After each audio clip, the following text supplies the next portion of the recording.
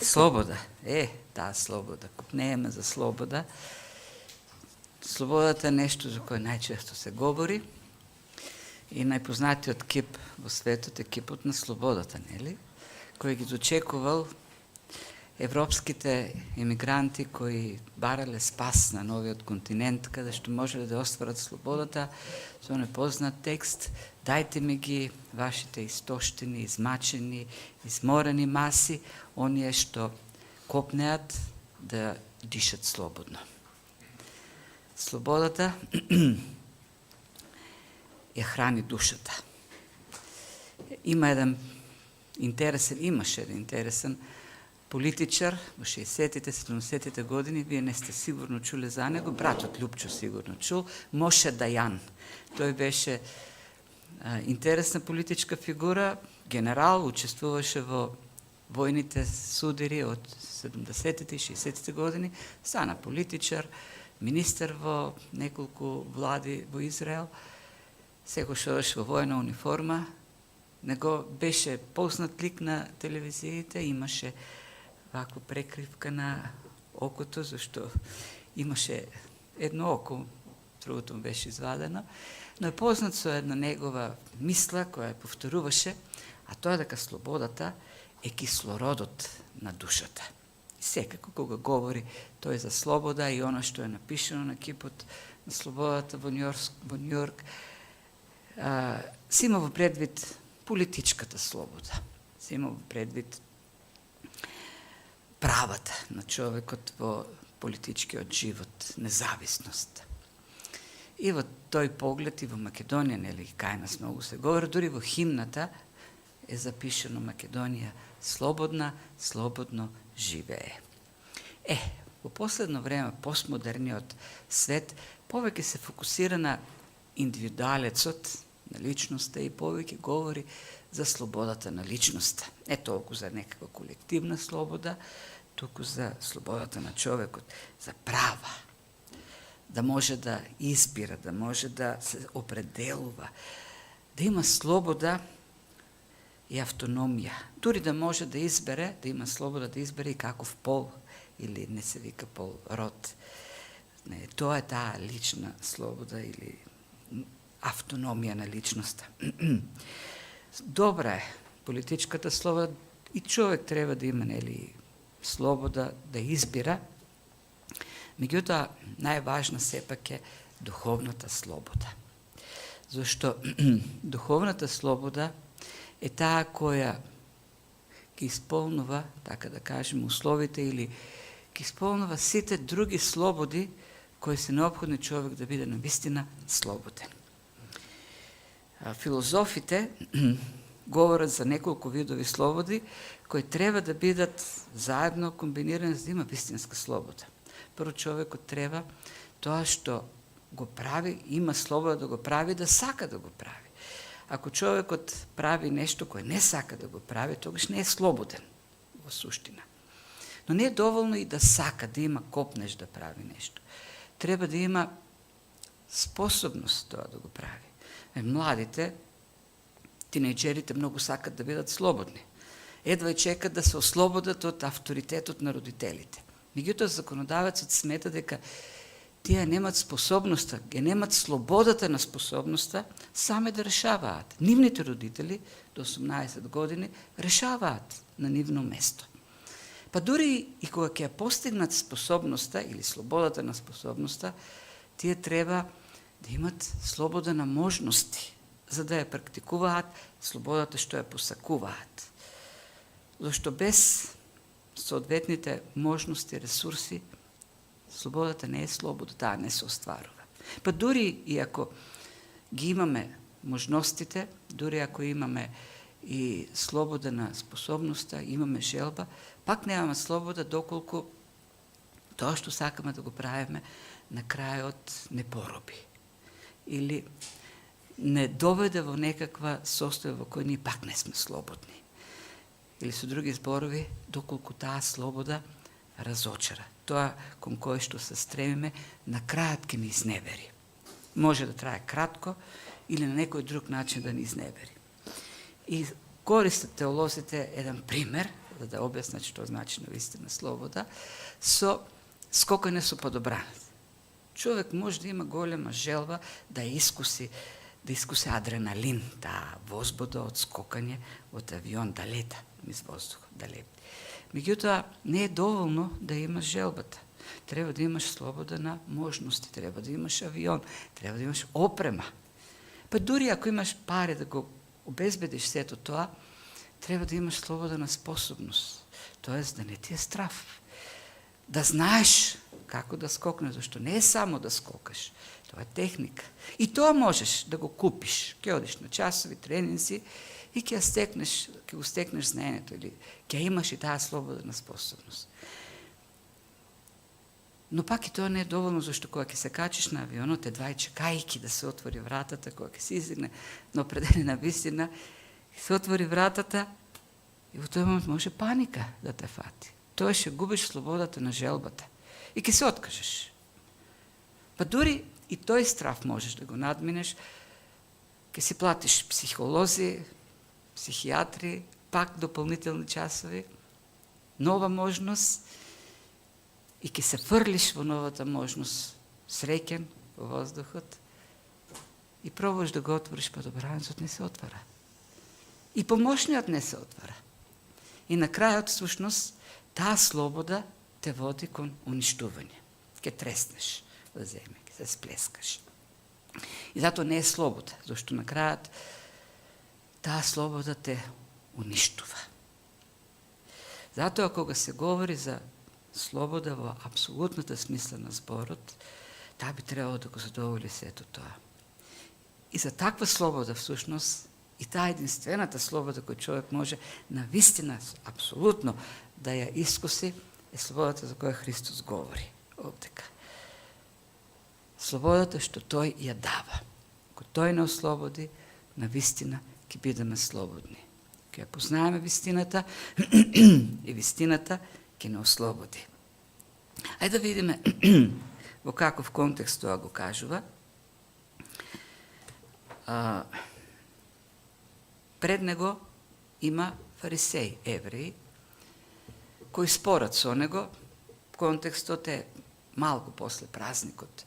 Шатори, цветници, Христос открива, не цветници, сеници, Христос открива вистини за себе, изнесува револуционерни, така да кажем, изјави кои никој на земјата не ги изнал за себе, како, например, повикот дојдете сите што се жедни.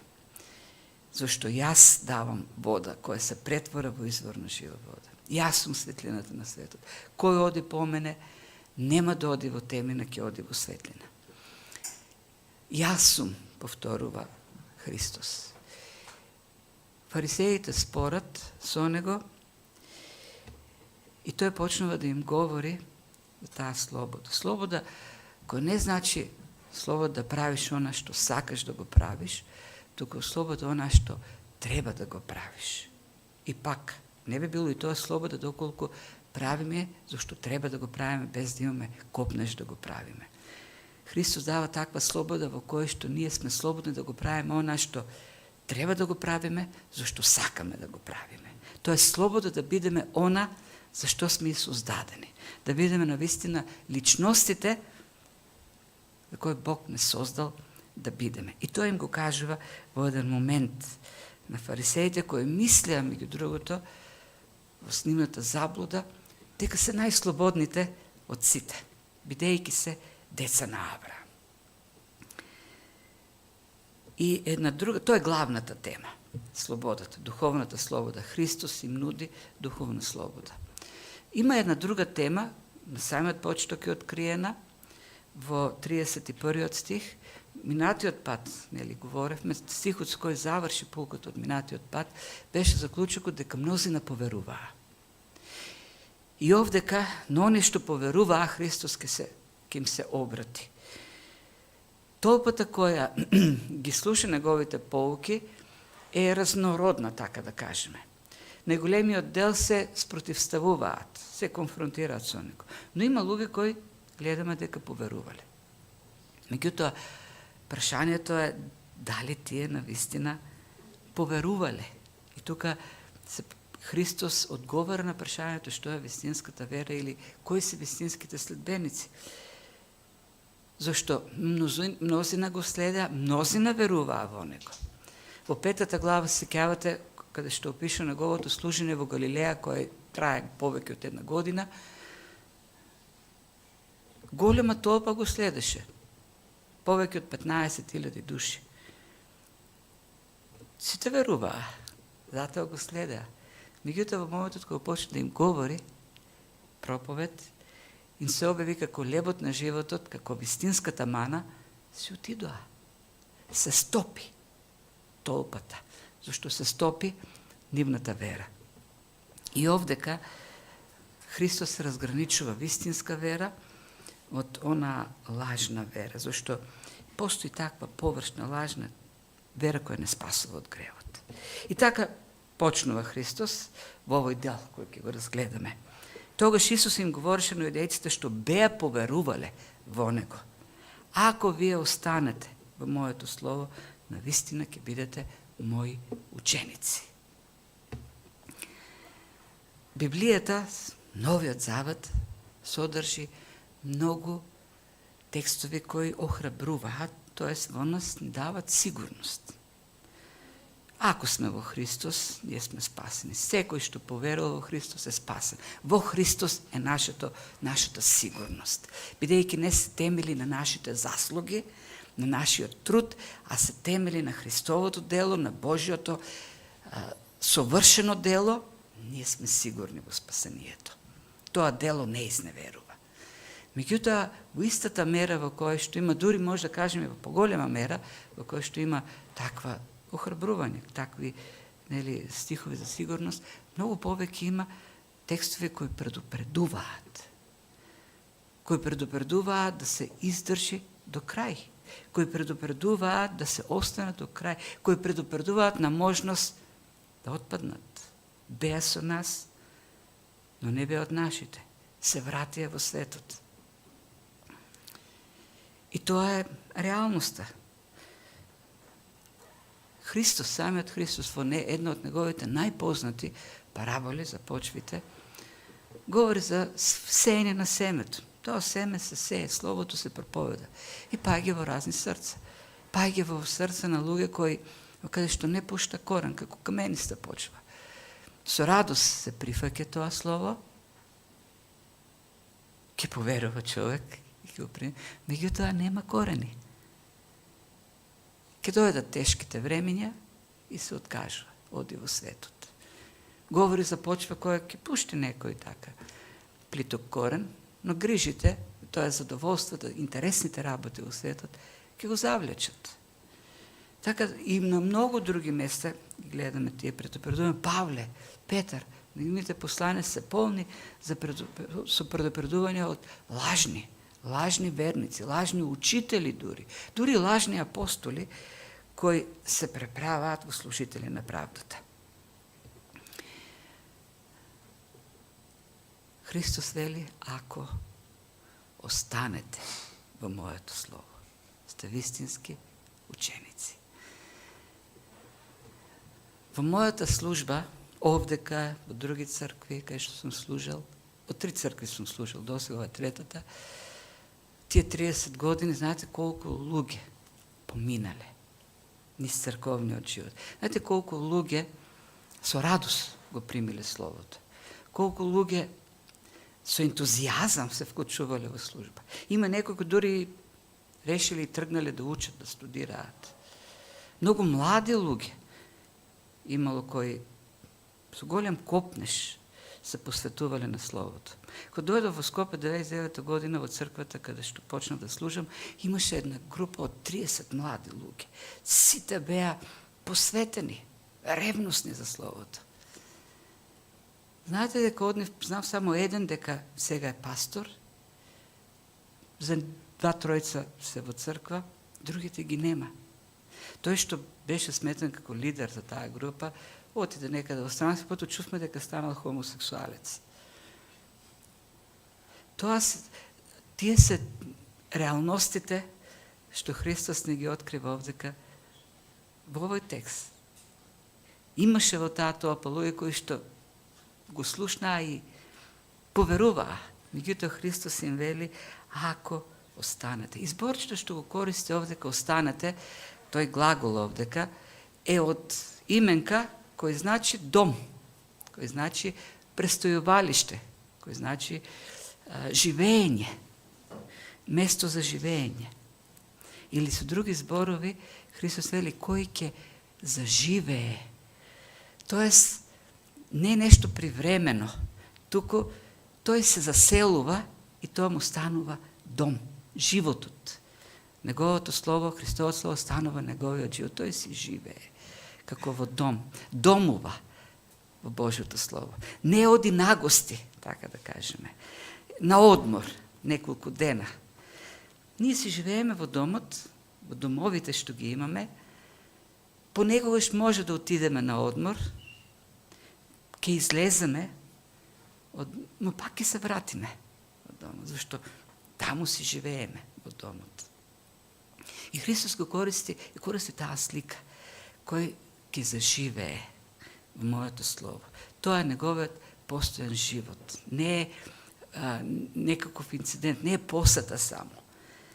Не е туризам. Христијанството не е туризам во смисла на посетување на Светото писмо, но живење. Зашто во домот, сите ние тука што сме, во домот сме го добиле, сме го изградиле нашето однесување, нашето размислување, изборите што понатаму ги носиме, се тоа е стекнато во домот. И има голема разлика, јас се забележувам, зашто ни доаѓаат деца кои ја немале таа привилегија да растат во својот дом. И се гледа тој недостаток. Со деца кои си живеат во своите доми, од мали се градени. Нивното размислување, нивното однесување, нивните одлуки што ги взимаат во животот, тие се градени. Така да Светото писмо, кој живееме во него, ќе биде тој дом кој не гради. Гради се во нас. Гради размислување, ставови, говор, однесување. Тоест, нема област во нашиот живот и не треба да има област во нашиот живот кој не е повлијаен од Божиот збор. Така да, тоа е карактеристиката, вели Христос, на вистинската вера. Вистинските верници се истрајни во Словото. Некако галилејците што ги видовме и некако многу од тие што беа таму во храмот, па потоа го напуштија. Го напуштија зашто кажа, зашто го напуштија? Токму заради Словото, што го говореше, го напуштија. Тие поверува во него како во некоја личност кој прави чуда, интересен име, но кога ќе отвориш уста да говори, си одеа. Словото беше тоа што ќе ги оттргнеше од Христос. Кажа, тешко е ова учење. Вистинскиот верник останува во Христовото Слово. Го проучува, копне е подобро да го разбере и да живее според него. Да, тоа носи предизвици. Губење на средина на луѓе околу него, честопати. Меѓутоа, ќе видиме тука, Христос говори за бенефити, кои носи големи благодети. Ќе ја познаете вистината. Оние што ќе останат во Словото, оние кои престојуваат во Словото, тие ќе ја познаат вистината, ќе ја запознаат и вистината ќе ги ослободи. Ова фраза, во ова 8 глава, меѓу другото, има две поговорки или кажани од Христос и негови изјави кои така се одомакиниле во светот, што ги повторуваат луѓето, ги цитираат во различни ситуации, без воопшто да знаат кога се кажани, каде се кажани, како на пример, честопати се вели кој нема грев, нека прв фрли камен. Јас сум го слушал тоа дури на политички дебати, на телевизија, кога дебатираат, политичари знаат да ја цитираат, и дури не знаат од каде доаѓа. Или ова, вистината ќе ве ослободи. Ова е често цитирана во латинската верзија. На Запад, на скоро секој универзитет е испишана библиотека, образовни институции. А доаѓа од Христос. Вистината ќе ве ослободи. Сега, кога Христос овдека говори за вистина, светот ја користи таа фраза за вистина воопшто смислен збор, тоа што е вистина ќе го ослободи. Но Христос кога говори овде, кога говори за себе. Тоа е вистината. Ако останеме во неговото слово, во него, тој ќе не ослободи. Тоа е вистината и тој ослободува. Подоцна во текст, во 14 глава во оваа книга, тој ќе каже, јас сум патот, вистината и животот. А пак на самиот почеток Јован, во 14 стих во 1 глава, го најави Христос како полн со благодат и вистина. И зборот полн тука е од глаголот, од именката плерома, која значи, која е филозофска категорија меѓу другото, и го кажува за полн, не мисли за количина, туку мисли за совршенство. Не недостига ништо. Целата вистина е во него. Совршената, апсолутната вистина е тој. Не недостига ништо од вистината во него.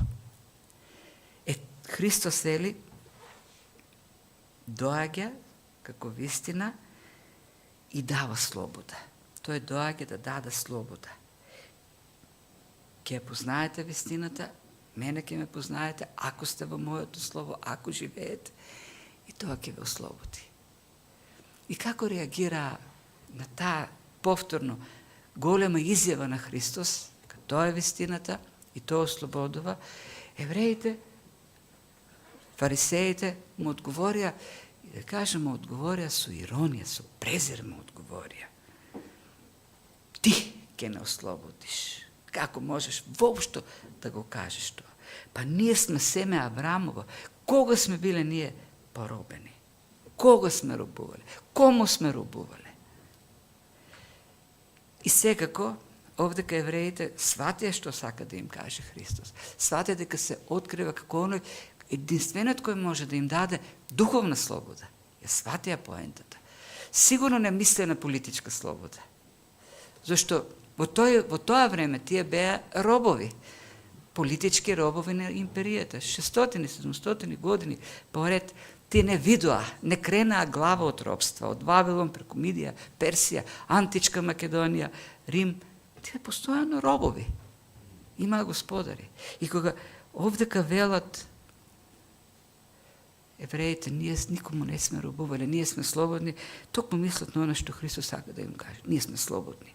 Како можеш воопшто да се представиш како некој кој ќе ни донесе слобода?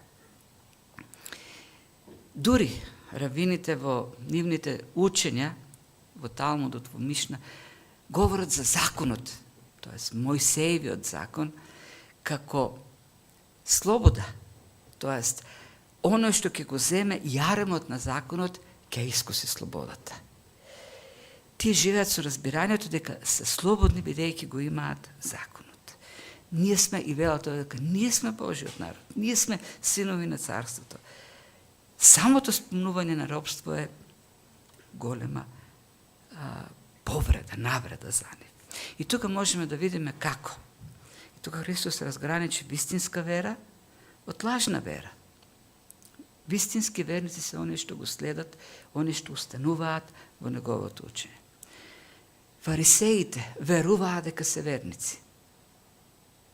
Веруваат дека се верници овдека, конкретно, бидејќи беа телесни потомци на Авраам.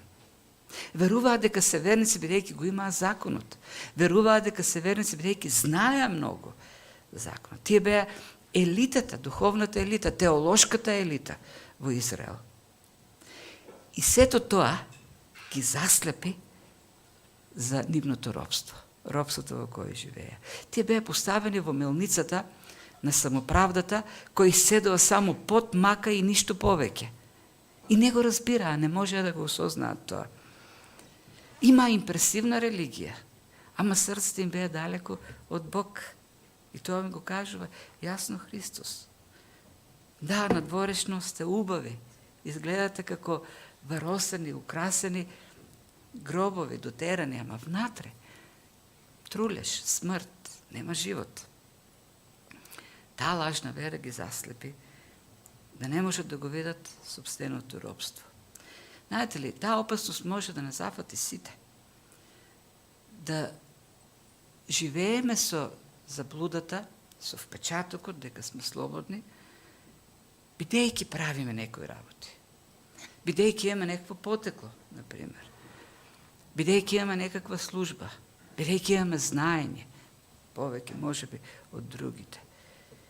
Бидејќи вршиме работи во црква, даваме, дел сме од животот, од ритуалите и така натаму. Меѓутоа Христос вели, ако некој не живее, не остане во Словото Негово, не е вистински верник, нема слобода. Не е ослободен. Знаете ли, самоправедноста е голем проблем.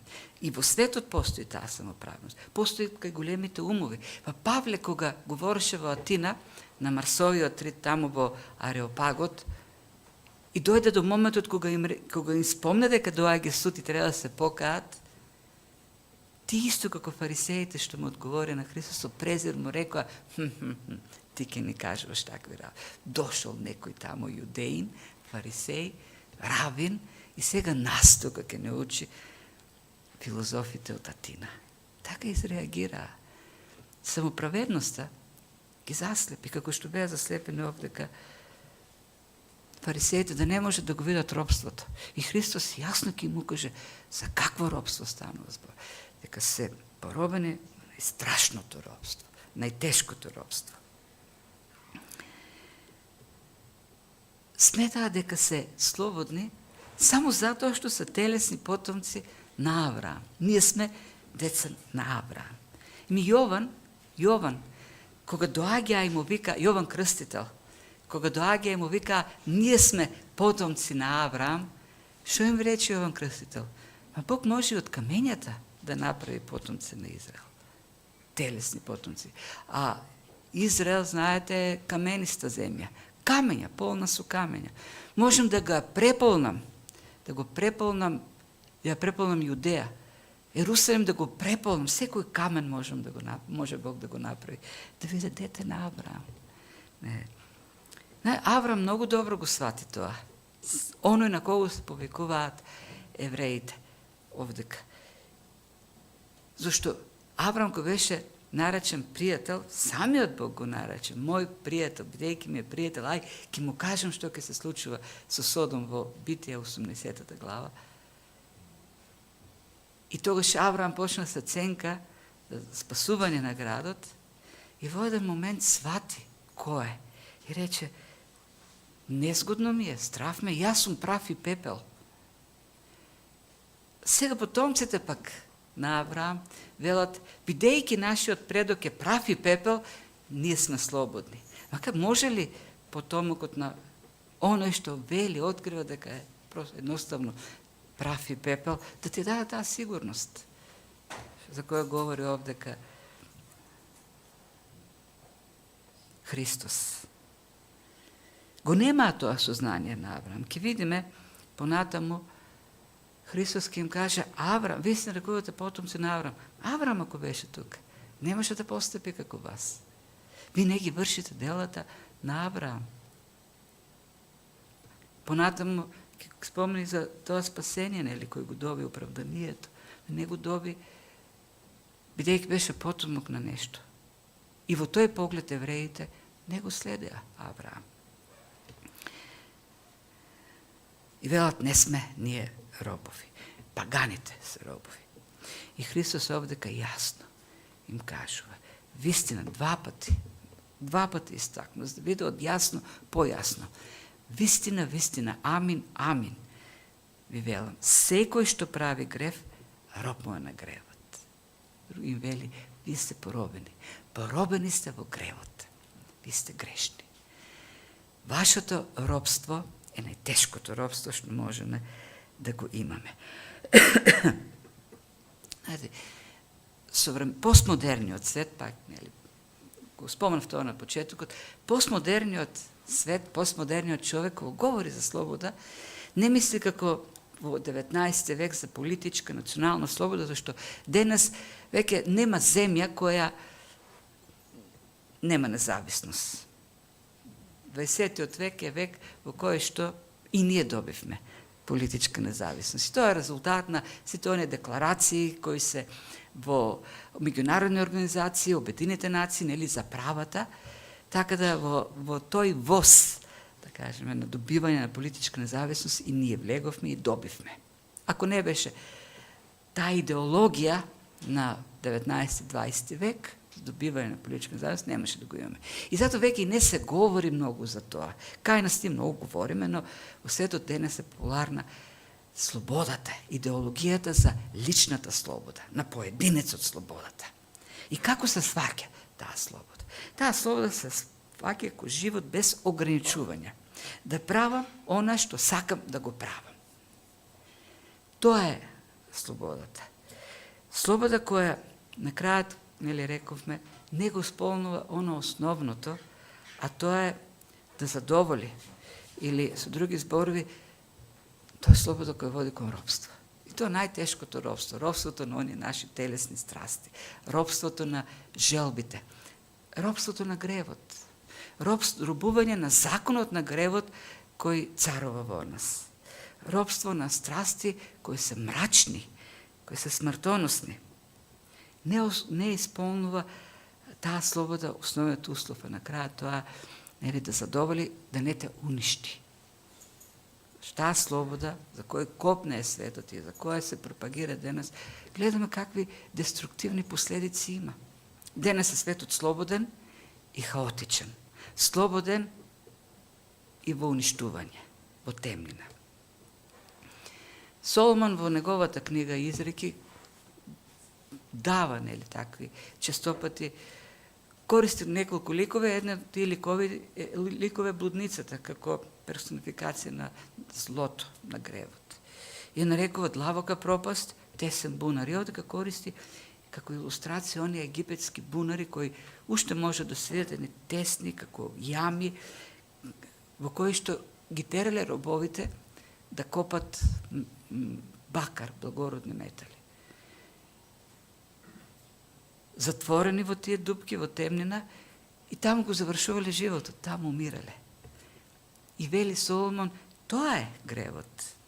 Тесен бунар, во темнина, во која се мачиш и на крајот ти го одзема животот.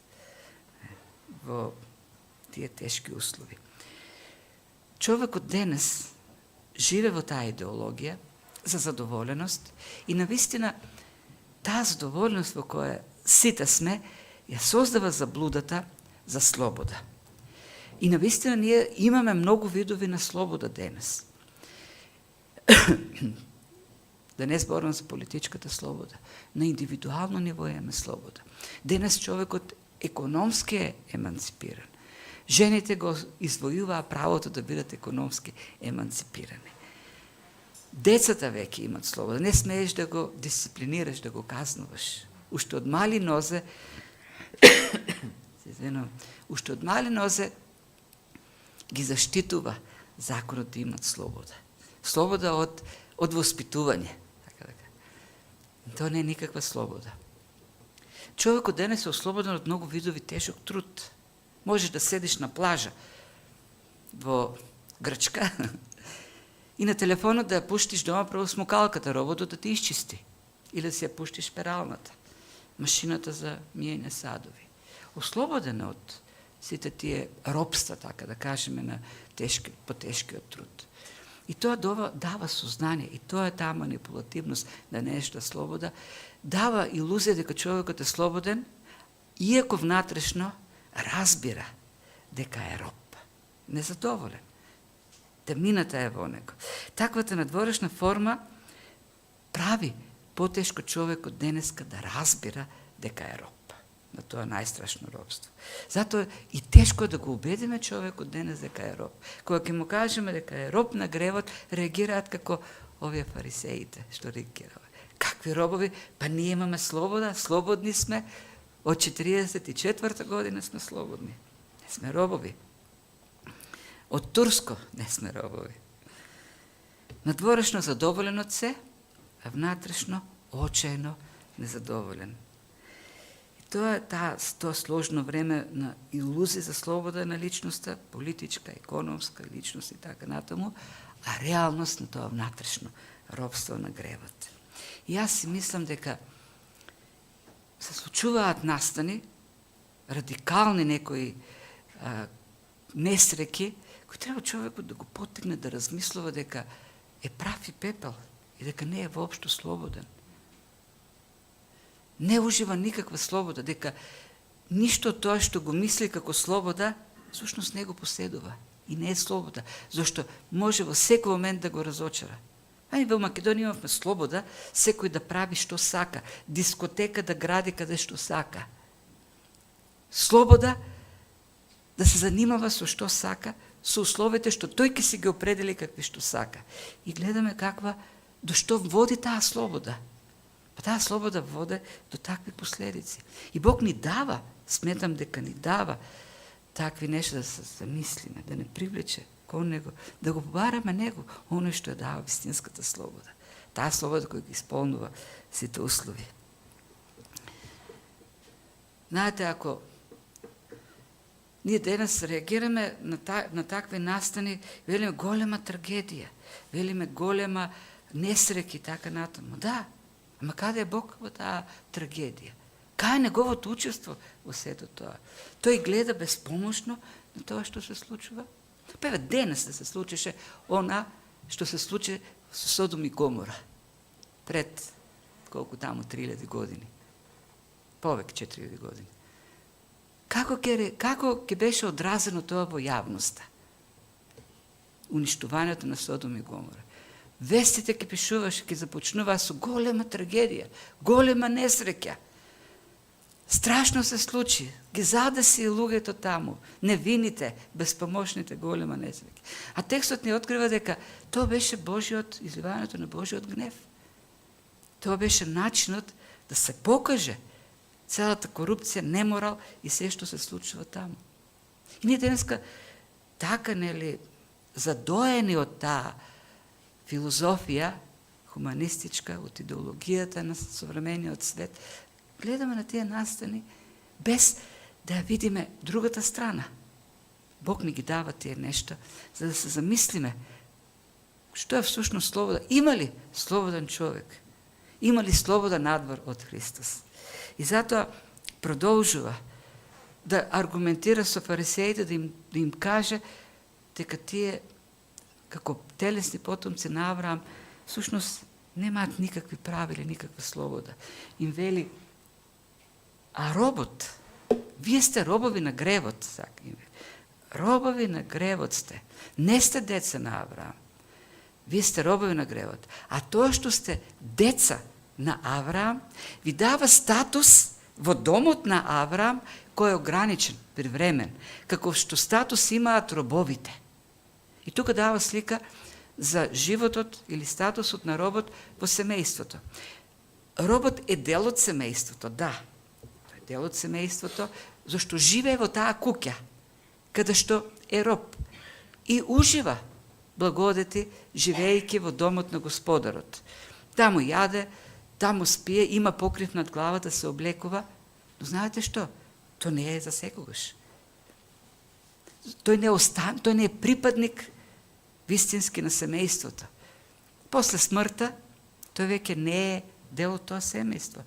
Децата, тие што се деца, тие остануваат, тие се наследници, тие полноправно ги уживаат сите права. Другите само се физички учесници во семејството, робовите. И дури може во секој момент Господарот да го продаде и веќе да не е во тој дом. За разлика од синот, за разлика од оние кои се дел од семејството. И Христос овде им вели, тоа што сте вие телесни потомци на Авраам, ви дава привремено, не за секој, тука на земјата, можност да се фалите со тоа, дека сте во домот на Авраам, дека уживате привилегии како потомци на Авраам.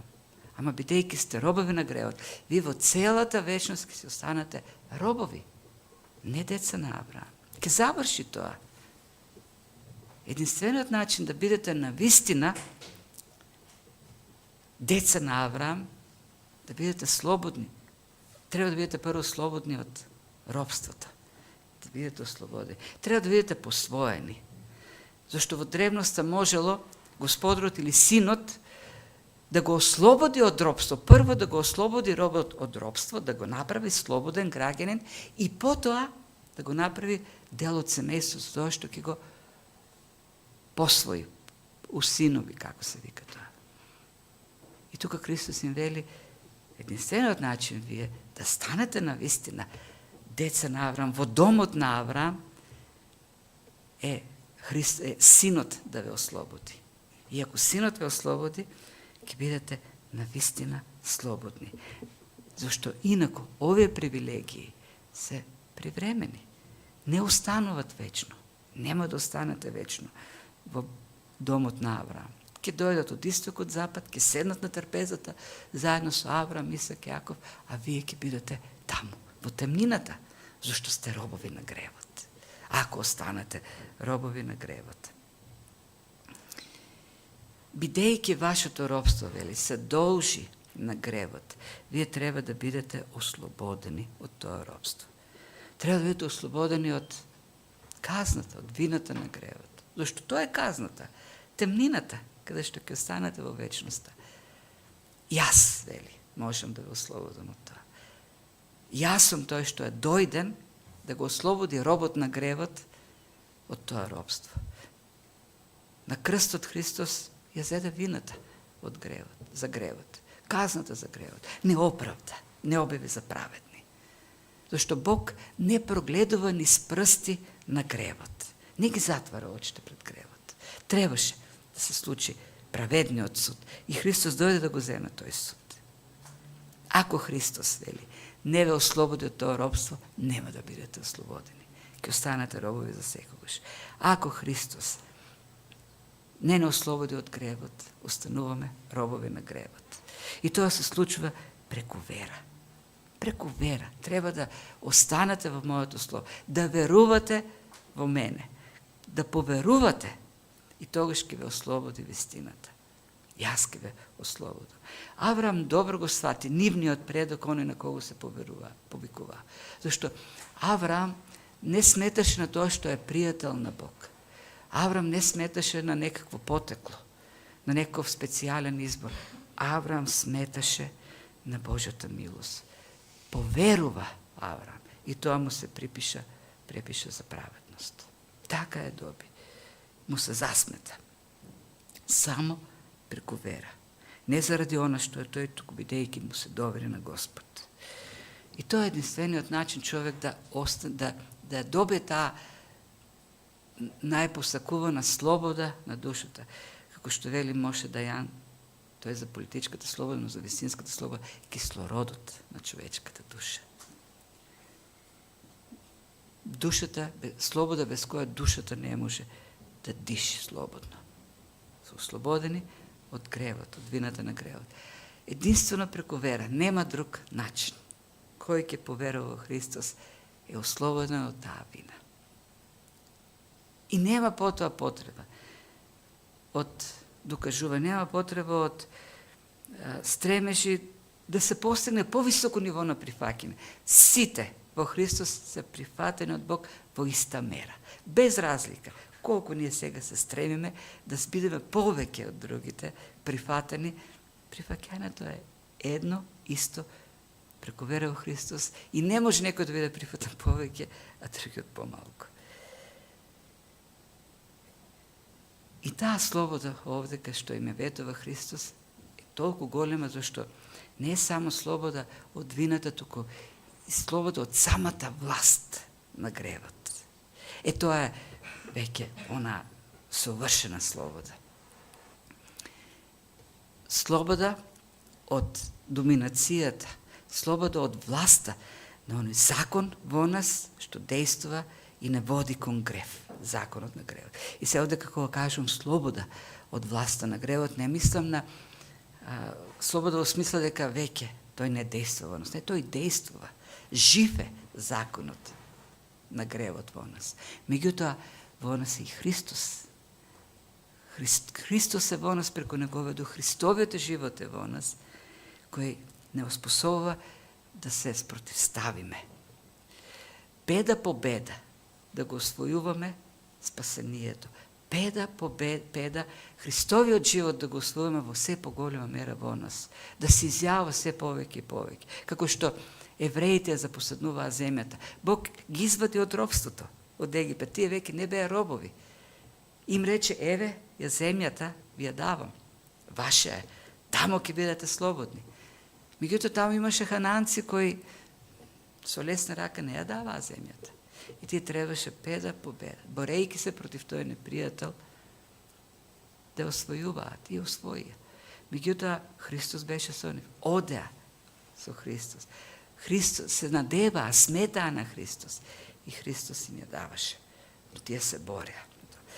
Така да, во Христос ние можеме да бидеме слободни од искушенијата, слободни од гревот, и тоа е најголемата слобода. И тоа е чудото, големото чудо, што Христос го прави. Секојдневно ние живееме надприроден живот.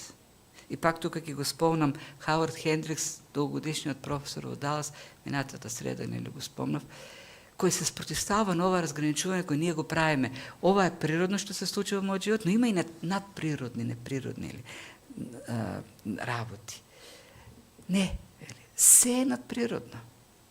Зошто ако реши Бог да го тргне духот од нас, веќе се станува невозможно. Ништо веќе нема да биде возможно. Ништо веќе нема да биде природно. Ќе видиме дека тоа природно всушност не е природно. Ние мислиме дека природно поседуваме некои работи. Да, се подпишуваме таму на документи и добиваме документи дека сме собственици на многу нешта. Дека имаме слобода над многу нешта. Слобода над нашиот имот да располагаме. Зашто документот тоа го тврди. Вистината дека Бог може да ни го земе во секој момент тоа што го имаме. Зашто ние не сме навистина собственици. Немаме навистина таа слобода над тие нешта. Се што имаме. Фактот дека сме овдека, ова утро е надприродно, чудо е. Зашто само во Христос можеме да ги имаме тие работи, надприродно, преку Духот кој живе во нас. Малку понатаму во Христос ќе ја каже во 15 глава она алегоријата за лозата и гранките. Ние сме гранки кои живеат, имат живот бидејќи се на лозата. Ако бидат отсечени, нема живот. Нема да даде плод, ќе се исуши. Додека ако останеме во Словото на Христос, ќе бидеме навистина Негови ученици. Ќе ја познаваме вистината и вистината ќе не ослободи. И тоа е големата слобода. Слобода од тие искушенија. Има една анекдота за Августин, блажениот Августин. Знаете сите, живеел живот на екстремен неморал. И тој се молел, додека живеел во него и го барал Бог, тој се молел, Господи, дај ми непорочност, но додавал, ама не сега. Понатаму. Кога ќе се изнаживеам таков живот. Но нели, Бог го сретнува, го спасува. И еден ден, одејќи по улиците на Милано, тоа лошо минато го пресретнува, тоест здогледува една девојка која му била порано љубовница. И тој во моментот која ја била се свртал и почнал да бега. Девојката се збунила и почнала да трча по него викајќи: Августин, абе јас сум, нели ме позна? И Августин, не свртувајќи се, продолжувајќи да бега, рекол: да, знам ти си, ама јас не сум. Јас не сум. Тоа е, јас не сум. Јас сум ново создание, кој веќе можам да се спротивставам, имам слобода да се спротивставам на гревот. И тоа е големата слобода. Слобода не да правиме што сакаме, туку слобода да го правиме она што треба да го правиме, зашто сакаме да го правиме правилното. И тоа е таа слобода која растерува темнината од нашите срца и во секоја ситуација, и не ослободува од стравот. меѓу другото. Стравот кој е најголемата пречка да го правиме она што треба да го правиме, да го правиме правилното.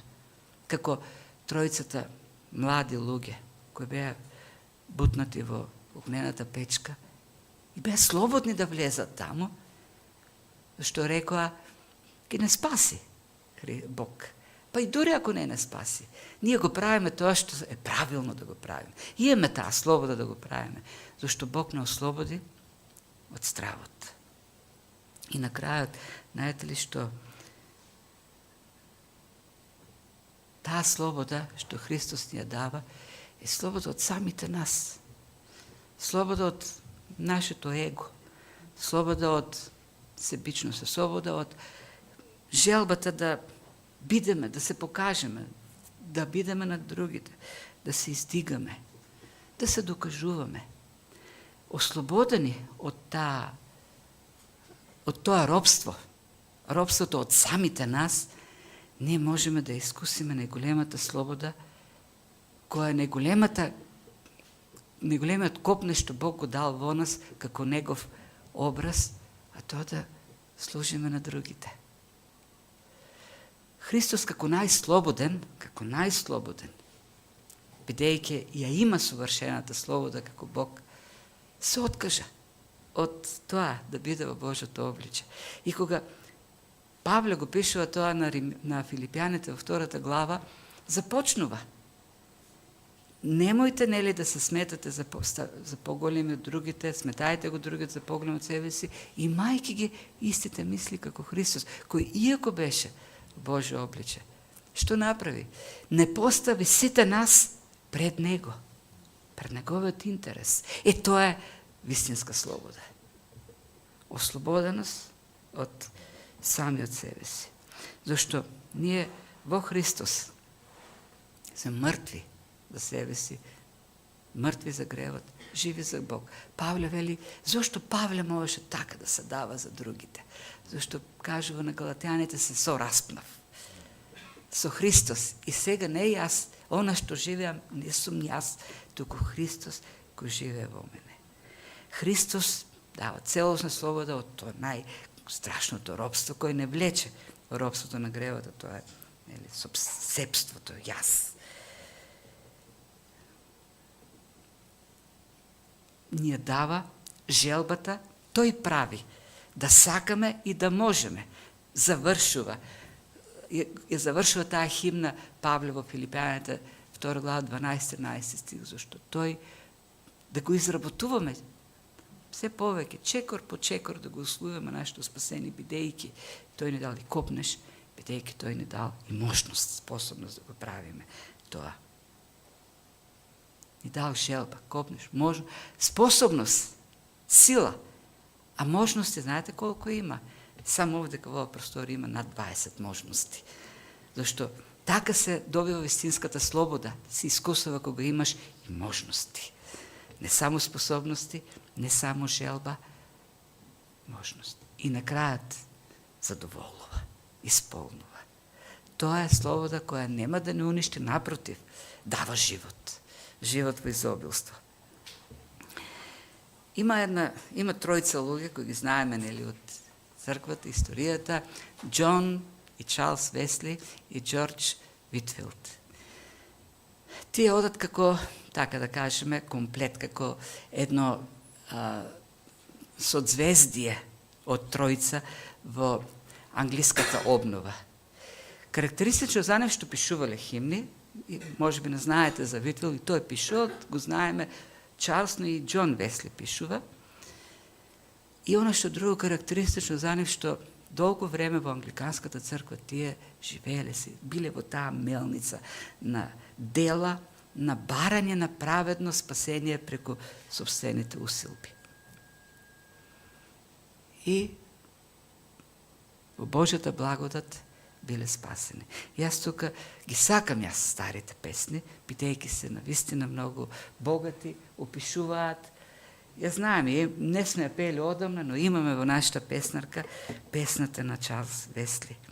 Врзан во синџир гревовен и долго во темнина затворен, светлина ме облеа. гревовниот синџир се раскина, слобода од гревот в срце јас сетив, јас станав и тргнав по тесниот пат. Тоа е исповед на човек кој што искусил слобода во срцето. Раскинување на гревовниот синџир. Тоа само во Христос го има. Тој ги прима сите оние што со вера ќе дојдат кај него. Тој ги ослободува и дава живот во изобилство. Затоа треба да останеме. Да останеме, да живееме во неговото слово. Тоа е живото слово. Тоа е вистината, таа вистина, или тој како вистина, на вистина ослободува. Целосно за секогаш. Со слобода кој не поробува, не уништува, туку за секогаш ослободува. Во вечниот живот заедно со него. Тоа е. Да живееме во таа слобода. Во него да ја бараме слободата. Ништо друго нема да ни донесе слобода, туку зашто се друго единствено поробува. Па, да се молиме.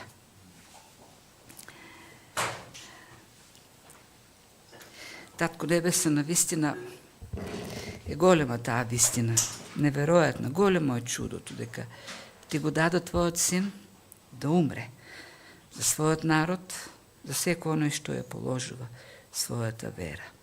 И затоа ти благодариме што повеќе нема осуда за нас, ние сме ослободени од таа вина, ослободени сме од робството, од власта и можеме да живееме слободни во Синот Христос.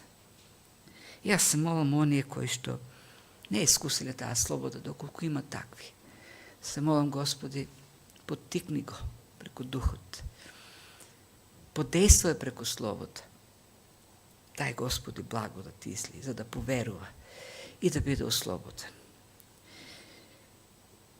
Се молиме, Господи, за нашата земја која тоне во робство, не во политичко, не во економско, во духовно робство, кој тоне во неморал. Гледаме секојдневна декаденција во нашиот народ. Едно тонење, пропаѓање. Кај да погледнеме околу нас, гледаме само тонење. И затоа се молам, Господи, ти покажи милост. Избави го, Господи, од тоа робство. Да крене, Господи, глава во духовното спасение што ти го даваш. Да крене, Господи, во глава еден нов живот, духовен живот. А за тоа, Господи, успособија Твојата црква. Да не тони црквата во гордост, во самоправедност, во незнаење, во слепило, туку да извршува мисијата што Ти си ни ја дала, тоа е спасението на грешните. Поттик, Господи, дај сите оние кои што Ти си ги привлекол и кои што заживееле живот со Тебе, да копнеат за Твоето Слово, да живеат во Твоето Слово, зашто така во вистината Ти даваш слобода. Во вистината сме слободни да го правиме она што Ти го бараш од нас и тоа со радост и со копнеш. Затоа се молиме, Господи, за Твојата црква. И дај ни радост додека размислуваме за тоа и решителност дај ни да го живееме тој живот што Ти носи слава. Да живееме победоносен живот. Зашто можеме да го направиме само со Твојата благодат. И затоа се молиме, благослови не, Господи, со изобилство на благостат. Чувај не, Господи, свети со своето лице во нашите срце и биди милостив кон нас. Во Христовото име се молиме. Амин. Амин. Ајде сега да го славиме, Господи.